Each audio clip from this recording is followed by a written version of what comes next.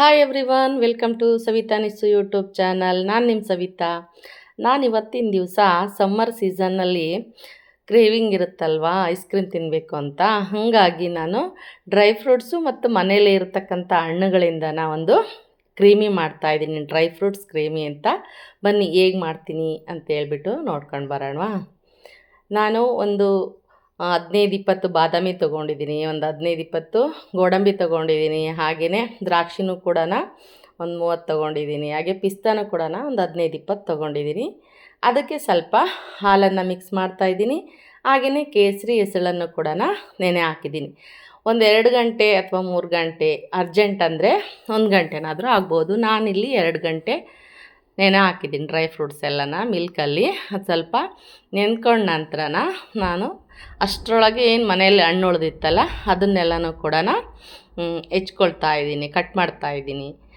ಸಪೋಟ ಹಣ್ಣು ಹಾಕ್ತಾಯಿದ್ದೀನಿ, ಮತ್ತು ಬಾಳೆಹಣ್ಣು ಹಾಕ್ತಾಯಿದ್ದೀನಿ, ಸೇಬು ಹಾಕ್ತಾಯಿದ್ದೀನಿ, ದ್ರಾಕ್ಷಿನೂ ಕೂಡ ಹಾಕ್ತಾಯಿದ್ದೀನಿ. ನಾನು ಇಲ್ಲಿ ಮಾಡ್ಬೇಕಾದ್ರೆ ಒಂದು ಸ್ಕಿಪ್ ಆಗಿಬಿಡ್ತು ವೀಡಿಯೋ. ಬನಾನನ ನಾನು ಡ್ರೈ ಫ್ರೂಟ್ ಜೊತೆಗೆ ಮಿಕ್ಸ್ ಮಾಡೋ ವಿಡಿಯೋ ಸ್ಕಿಪ್ ಆಗಿದೆ. ಅದು ಹಾಕಿದ್ರೇ ತುಂಬ ಟೇಸ್ಟಿಯಾಗಿರುತ್ತೆ.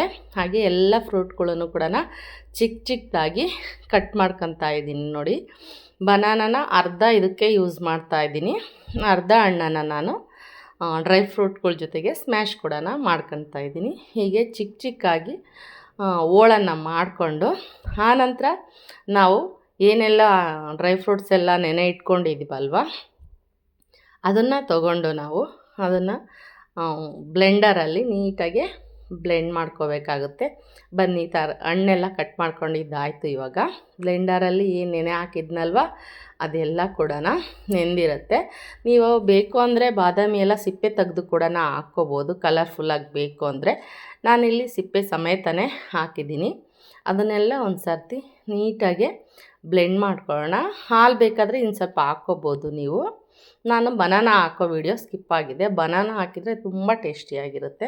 ಹೀಗಾಗಿ ಬನಾನ ಕೂಡ ನಾನು ಅಲ್ಲಿ ಸೇರಿಸ್ತಾ ಹೋಗಿದ್ದೀನಿ.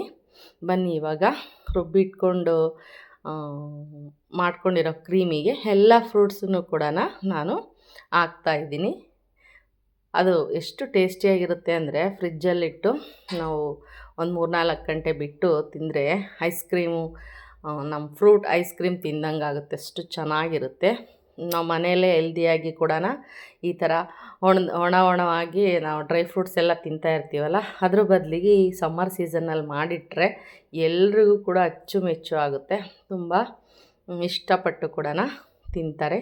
ನೋಡಿ, ಈ ಥರ ಎಲ್ಲ ಹಾಕ್ಬಿಟ್ಟು ಒಂದು ಸರಿ ನೀಟಾಗಿ ಎಷ್ಟು ನಿಮಗೆ ನಾವು ಮಾಡ್ಕೊಂಡಿರತಕ್ಕಂಥ ಕ್ರೀಮಿ ಇರುತ್ತಲ್ವ ಅದಷ್ಟು ಸೇರಿಸ್ಬಿಟ್ಟು ಒಂದು ಕಂಟೈನರ್ಗೆ, ಟೈಟ್ ಕಂಟೈನರ್ ಗ್ಲಾಸ್ ಇದಕ್ಕೆ ಹಾಕ್ಕೊಂಡು ನಾನು ಅದಕ್ಕೆಲ್ಲ ಮತ್ತೆ ಟೂಟಿ ಫ್ರೂಟಿ ಮತ್ತು ಕೆಲವೊಂದು ಡ್ರೈ ಫ್ರೂಟ್ಸ್ಗಳನ್ನು ಕೂಡ ನಾನು ಸ್ಲೈಸ್ ಮಾಡಿಕೊಂಡು ಅದಕ್ಕೆಲ್ಲ ಸೇರಿಸ್ತಾ ಇದ್ದೀನಿ. ನೋಡಿ, ಇದೆಲ್ಲ ಹಾಕೋದ್ರಿಂದ ನಮಗೆ ತಿನ್ನಬೇಕಾದ್ರೆ ತುಂಬ ಚೆನ್ನಾಗಿ ಅನಿಸುತ್ತೆ ಅಂಥೇಳಿ ನಾನು ಮತ್ತೆ ಮೇಲೆ ಡ್ರೈ ಫ್ರೂಟ್ಸು, ಟೂಟಿ ಫ್ರೂಟಿಗಳನ್ನು ಕೂಡ ಹಾಕಿ ಕಂಟೈನರನ್ನು ಟೈಟಾಗಿ ಮುಚ್ಚಿ ನಾನು ಫ್ರಿಜ್ಜೊಳಗೆ ಒಂದು 3-4 ಗಂಟೆ ಅಷ್ಟೊತ್ತು ಇರಲಿ ಅಂತೇಳ್ಬಿಟ್ಟು ಫ್ರಿಜ್ಜೊಳಗೆ ಇಡ್ತಾಯಿದ್ದೀನಿ.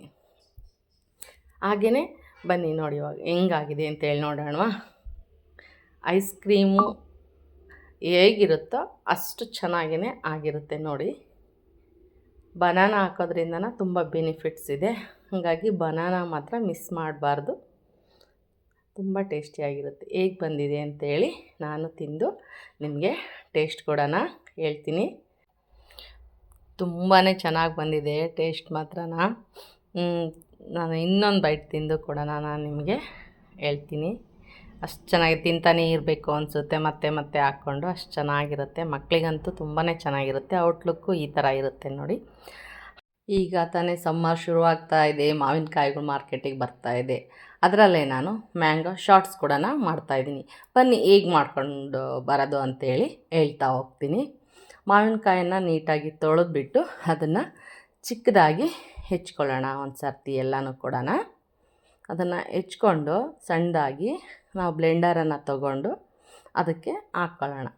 ಒಳಗಿನ ತಿರುಳೆಲ್ಲನೂ ಕೂಡ ಈಗ ಬಲ್ತಿರಲ್ಲ, ಮಾವಿನಕಾಯಿ ಎಳೆದಿರುತ್ತೆ, ಅದರಲ್ಲಿ ಏನೂ ವೇಸ್ಟ್ ಮಾಡ್ದಂಗೆ ನೀಟಾಗಿ ಚಿಕ್ಕದಾಗಿ ಹೆಚ್ಕೊಂಡು ಅಷ್ಟನ್ನು ಬ್ಲೆಂಡರ್ಗೆ ಹಾಕ್ಕೊಳ್ಳೋಣ. ಅದಾದ ನಂತರ ನಾನು ಅದಕ್ಕೆ ಸ್ವಲ್ಪ ಟೇಸ್ಟಿಗೆ ಶುಂಠಿನೂ ಕೂಡ ಯೂಸ್ ಮಾಡ್ತಾಯಿದ್ದೀನಿ. ಹಾಗೆಯೇ ನಾನು ಆರ್ಗ್ಯಾನಿಕ್ ಬೆಲ್ಲನೂ ಕೂಡ ತೊಗೊಂಡಿದ್ದೀನಿ. ಇಲ್ಲಿ ನಾನು ಶುಗರನ್ನು ಸೇರಿಸ್ತಾ ಇಲ್ಲ, ಹಾಗಾಗಿ ಆರ್ಗ್ಯಾನಿಕ್ ಶುಂಠಿ ಹಾಕ್ತಾಯಿದ್ದೀನಿ 1/4 ಇಂಚಷ್ಟು. ಹಾಗೆಯೇ ಬೆಲ್ಲನೂ ಕೂಡ ಅದಕ್ಕೆ ಸೇರಿಸ್ತಾ ಹೋಗ್ತಾಯಿದ್ದೀನಿ. ಹಾಗೆ ಘಮಕ್ಕೆ 2 ಏಲಕ್ಕಿ ಕೂಡ ಹಾಕ್ಕೊತಾ ಇದ್ದೀನಿ. ಅದಕ್ಕೆ 1 ಗ್ಲಾಸ್ ನೀರನ್ನು ಹಾಕ್ಕೊಂಡು ನುಣ್ಣಗೆ ಬ್ಲೆಂಡ್ ಮಾಡ್ಕೊತಾ ಇದ್ದೀನಿ. ಅದಾದ ನಂತರ ನೋಡ್ತಾ ಇರ್ಬೋದು ನೀವು, ಅದರಲ್ಲಿ ಗ್ರೀನ್ ಅಂದರೆ ನಾನು ಸಿಪ್ಪೆ ಎಲ್ಲ ತೆಗ್ದಿಲ್ಲ ಮಾವಿನಕಾಯ್ದು, ಹಾಗೆ ಬಿಟ್ಟಿದ್ದೀನಿ. ಚೆನ್ನಾಗಿ ಕಾಣುತ್ತೆ ನೋಡೋದಕ್ಕೂ, ಬಾಯಿಗೆ ಸಿಗ್ತಾ ಹೋಗುತ್ತೆ ಅಂತ ಹೇಳ್ಬಿಟ್ಟು ಹಾಗೆ ಬಿಟ್ಟಿದ್ದೀನಿ ಕೂಡ. ತುಂಬಾ ಟೇಸ್ಟಿಯಾಗಿರುತ್ತೆ, ಮಾಡಿ ನೋಡಿ. ಈ ಸಮ್ಮರಲ್ಲಿ ನಿಂಬೆಹಣ್ಣೇ ಬೇಕು ಜ್ಯೂಸ್ ಮಾಡ್ಕೊಳ್ಳೋಕ್ಕೆ ಅಂತ ಇಲ್ಲ, ಈ ಥರನೂ ಕೂಡ ಮಾಡಿಕೊಂಡ್ರೆ ನಮಗೆ ತುಂಬಾ ಚೆನ್ನಾಗಿರುತ್ತೆ. ದಾಹನೂ ಕೂಡ ಬೇಗನೆ ಹೋಗುತ್ತೆ. ತುಂಬ ಟೇಸ್ಟಿಯಾಗಿತ್ತು. ಔಟ್ಲುಕ್ಕು ಈ ಥರ ಬಂದಿದೆ ನೋಡಿ. ಹಾಗೆಯೇ ನಾನು ಇನ್ನೊಂದು ಚಾಟ್ಸ್ ಕೂಡ ಮಾಡಿದ್ದೀನಿ ಸಂಜೆಗೆ ನೋಡಿ. ಇದು ಎಗ್ ಬ್ರಿಂಜಲ್ ಅಂತ ಕರೀತಾರೆ ಇದನ್ನು. ಈ ಬ್ರಿಂಜಲಿಂದ ನಾನು ಒಂದು ಸ್ನ್ಯಾಕ್ಸ್ ರೆಸಿಪಿ ಕೂಡ ಮಾಡ್ತಾಯಿದ್ದೀನಿ. ಚಿಕ್ಕದಾಗಿ ತೋರಿಸ್ತಾ ಹೋಗಿದ್ದೀನಿ. ಬೇಕು ಅಂದರೆ ನಾನು ಈ ವಿಡಿಯೋನ ಫುಲ್ ಹಾಕೋಕ್ಕೂ ಕೂಡ ಇಷ್ಟಪಡ್ತೀನಿ. ಹಾಗೆಯೇ ನೋಡ್ಕೊಂಡು ಬರೋಣ.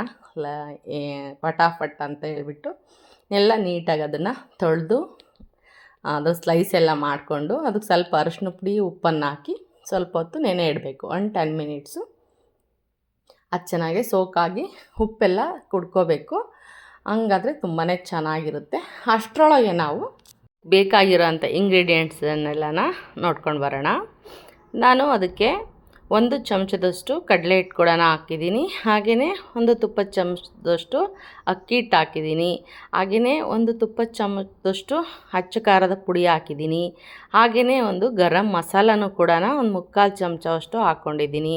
ಹಾಗೆ ಜೀರಿಗೆ ಪುಡಿ ಹಾಕ್ಕೊಂಡಿದ್ದೀನಿ, ಕೊತ್ತಂಬರಿ ಪುಡಿನೂ ಕೂಡ ಸೇರಿಸ್ಕೊಂಡಿದ್ದೀನಿ.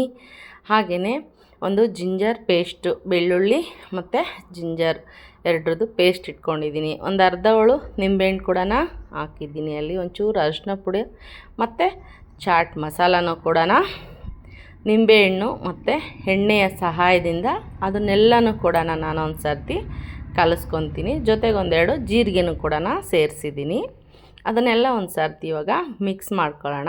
ಮಿಕ್ಸ್ ಮಾಡ್ಕೊಳ್ಳೋದು ಸ್ವಲ್ಪ ಕೊತ್ತಂಬರಿ ಸೊಪ್ಪು ಕೂಡ ಹಾಕ್ಕೋಬೋದು. ಅದನ್ನೆಲ್ಲ ನೀಟಾಗಿ ಸ್ವಲ್ಪ ಎಣ್ಣೆ ಮತ್ತು ನಿಂಬೆಹಣ್ಣಿನ ಸಹಾಯದಿಂದ ಎಲ್ಲನೂ ಕೂಡ ಒಂದು ಸರ್ತಿ ನೀಟಾಗೆ ಮಿಕ್ಸ್ ಮಾಡ್ತಾ ಇದ್ದೀನಿ. ರುಚಿಗೆ ತಕ್ಕಷ್ಟು ಉಪ್ಪನ್ನು ಕೂಡ ಸೇರಿಸಿದ್ದೀನಿ ನಾನಿಲ್ಲಿ. ಇದೆಲ್ಲ ಆದ ನಂತರ ಏನು ಬದನೆಕಾಯಿ ಎಲ್ಲನೂ ಕೂಡ ತೊಳೆದಿಟ್ಕೊಂಡಿರ್ತೀವಲ್ವ ನೀರಿಂದ, ಅದನ್ನು ತಗೊಂಡು ಅದನ್ನು ತೆಳ್ಳು ಮಾಡ್ಕೋಬಾರ್ದು. ಅದು ಏನು ಮಸಾಲೆ ಎಲ್ಲನೂ ಕೂಡ ಅದಕ್ಕೆ ಹಾಗೆಯೇ ಸ್ಲೈಸನ್ನು ಅದಕ್ಕೆ ಹದ್ದಬೇಕು. ಹದ್ದಿದ ನಂತರ ಒಂದು ತವಾಗೆ ಎಣ್ಣೆ ಎಲ್ಲ ಹಾಕ್ಬಿಟ್ಟು 2 ಸೈಡು ನಾವು ಏನು ಮಾಡ್ಕೊಂಡಿದ್ವಲ್ಲ ಆ ಮಸಾಲದಲ್ಲಿ ಎಲ್ಲನೂ ಕೂಡ ಅದ್ದಿ ಎಲ್ಲ ಹಚ್ಬಿಟ್ಟು ಒಂದೊಂದನ್ನೇ ನೀಟಾಗಿ ತವಾದಲ್ಲಿ ಜೋಡಿಸ್ಕೋಬೇಕು. ಇದನ್ನು ತವಾ ಫ್ರೈ ಅಂತಲೂ ಕೂಡ ಕರೀತಾರೆ. ಈ ಥರ ಎಲ್ಲ ನೀಟಾಗಿ ಜೋಡಿಸ್ಕೋಬೇಕು. ಅಷ್ಟು ಎಷ್ಟಾಗುತ್ತಾ ತವಾಗೆ ಎಷ್ಟು ಹಿಡಿಯುತ್ತೋ ಅಷ್ಟು ಕೂಡ ಎಲ್ಲ ಹಾಕ್ಬಿಟ್ಟು ಒಂದು ಸರಿ ಆಯಿಲನ್ನು ಇನ್ನೊಂದು ಸರಿ ಮೇಲೆ ಸ್ವಲ್ಪ ಸ್ಪ್ರೇ ಮಾಡಿ ಒಂದು ಲಿಡ್ಡನ್ನು ಕ್ಲೋಸ್ ಮಾಡಬೇಕು. ಚಿಕ್ಕ ಉರಿಯಲ್ಲಿ ಚೆನ್ನಾಗಿ ಅದು ಫ್ರೈ ಆಗಿ ಬೆಂದರೆ ತಿನ್ನೋದಕ್ಕಂತೂ ಆಹಾ ನೋಡಿ, ಇದು ಈ ಥರ ಬಂದಿದೆ. ಅದನ್ನು ಮತ್ತೆ ಮಗುಚಿ ಇನ್ನೊಂದು ಮುಖನೂ ಕೂಡ ಅದೇ ಥರನೇ ಒಂದು ಆಯಿಲನ್ನು ಸ್ಪ್ರೇ ಮಾಡಿಬಿಟ್ಟು ಮತ್ತೆ ಅದನ್ನು ಲಿಡ್ಡನ್ನು ಕ್ಲೋಸ್ ಮಾಡಿ ಮತ್ತೆ ಒಂದು 2 or 3 ಮಿನಿಟು ಫ್ರೈ ಮಾಡಿದರೆ ಆಹಾ ತಿನ್ನೋದಕ್ಕೆ ರುಚಿಕರವಾದಂಥ ತವಾ ಫ್ರೈ ರೆಡಿಯಾಗುತ್ತೆ. ನೋಡ್ತಾ ಇರ್ಬೋದು, ಔಟ್ಲುಕ್ಕು ಈ ಥರ ಇರುತ್ತೆ. ಹಾಗೆ ನಾನು ಮಾಡಿರೋ ತವಾ ಫ್ರೈ ಮತ್ತು ಮ್ಯಾಂಗೋ ಶಾಟ್ಸು ಮತ್ತು ಡ್ರೈ ಫ್ರೂಟ್ ಕ್ರೀಮಿ ಎಲ್ಲನೂ ಕೂಡ ನಿಮಗೆ ಇಷ್ಟ ಆಯಿತು ಅಂದ್ಕೋತೀನಿ. ಹಾಗೆಯೇ ನೆಕ್ಸ್ಟ್ ವಿಡಿಯೋದಲ್ಲಿ ನಾನು ನಿಮ್ಮ ಜೊತೆ ಸಿಗ್ತೀನಿ. ಬಾಯ್, ಮತ್ತೆ ಸಿಗೋಣ.